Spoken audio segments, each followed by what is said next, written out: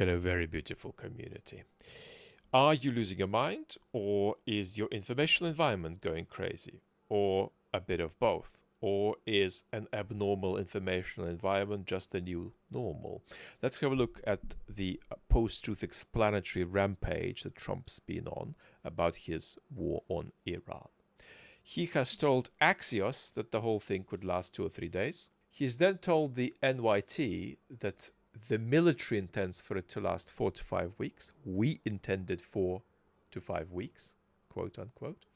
Then he tells the NYT in the same 6-minute interview he did with them. And he's doing these short interviews. And apart from the short interviews, all you've got are edited statements that he puts up in video form on Truth Social. In the same 6-minute interview, he's told the New York Times that he's got 3 very good choices for who might replace the Ayatollah, and he won't be revealing them. A little later, he tells Jonathan Karl of ABC that he had indeed identified possible candidates to take over Iran, but they were all killed in the initial attack. The attack was so successful, it knocked out most of the candidates. It's not going to be anybody we were thinking of because they're all dead. Second or third place is dead, quote unquote. So the attack was so successful that it undermined its own purpose on the initial morning that it was carried out. Then we're hearing that Marco Rubio told Mike Turner that the United States did not plan to kill the Ayatollah and did not plan to do regime change. And Trump is at the same time telling Jonathan Karl in an even more recent short ABC interview that he was going after the Ayatollah because I got him before he got me. They tried to get me twice and now I got him first. Now, there are 2 problems here for you as a citizen. The first problem is a communicative vacuum, much more of a communicative vacuum that you got with Venezuela, right? So Trump's put out a couple of clips of himself on Truth Social. There are these very short interviews coming out with mainstream media. You've got no running commentary in the first couple of days from Vance or Rubio. And your government, if you're an American citizen, and this is very normal for ex-conservative post-truth authoritarian administrations, as we're going to see all over the West in the next decade or 2, your government has taken you to war, but it's not had a let me bring you in and tell you what's going on and why and how and why it's worth it conversation. Right? So you're sitting there, and if you're trying to follow it, you have no idea if your government has anticipated a regional globalization of the war, that Iran has fired back on different local actors. You don't know if your government has anticipated the way this is going to impact oil and markets. Maybe it has, maybe it hasn't. It hasn't said anything to you about this. You have not been told by your government how long this is going to last, or why it's happening now, or why it's worth it to lose the lives of American servicemen in this. So you're being left in a communicative vacuum, and that's abusive because a communicative vacuum is not just an absence of something that's a kind of a thrill, that's a kind of a, an icing atop a cake.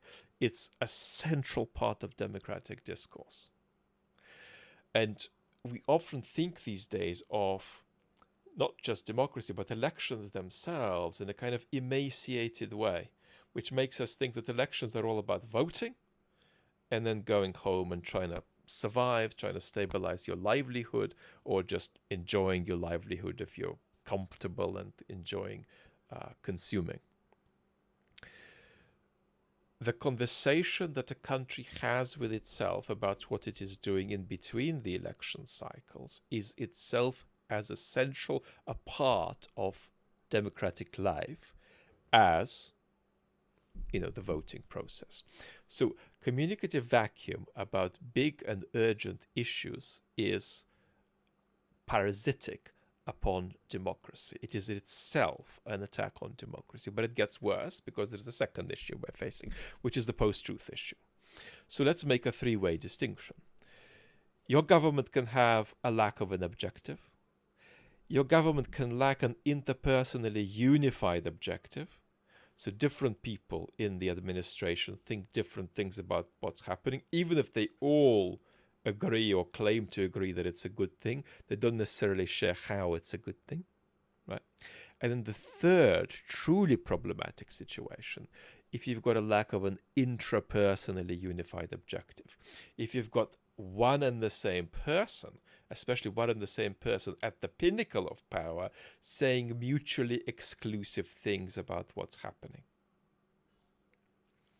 Because that doesn't just deprive you of that precious democratic debate we mentioned a moment ago.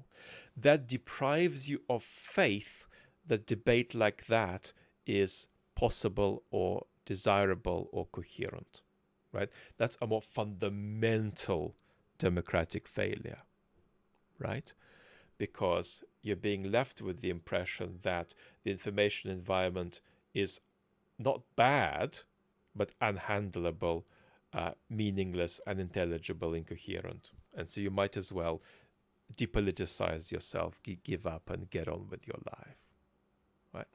That is abusive upon a minimal threshold of democratic values that must be sustained by any government for it not to be a sort of disgrace for democratic culture. So that's what we've got. You've got a communicative vacuum if you're a US citizen, and you've got a post-truth cacophony that's worse than a communicative vacuum, because it makes you feel not just that you're not being told what's going on, but that the space where you're supposed to be told what's going on has reached a point where you can't have any faith in it at all. So you might as well turn away from it and get on with your life. We'll talk more. Lots of love, beautiful community.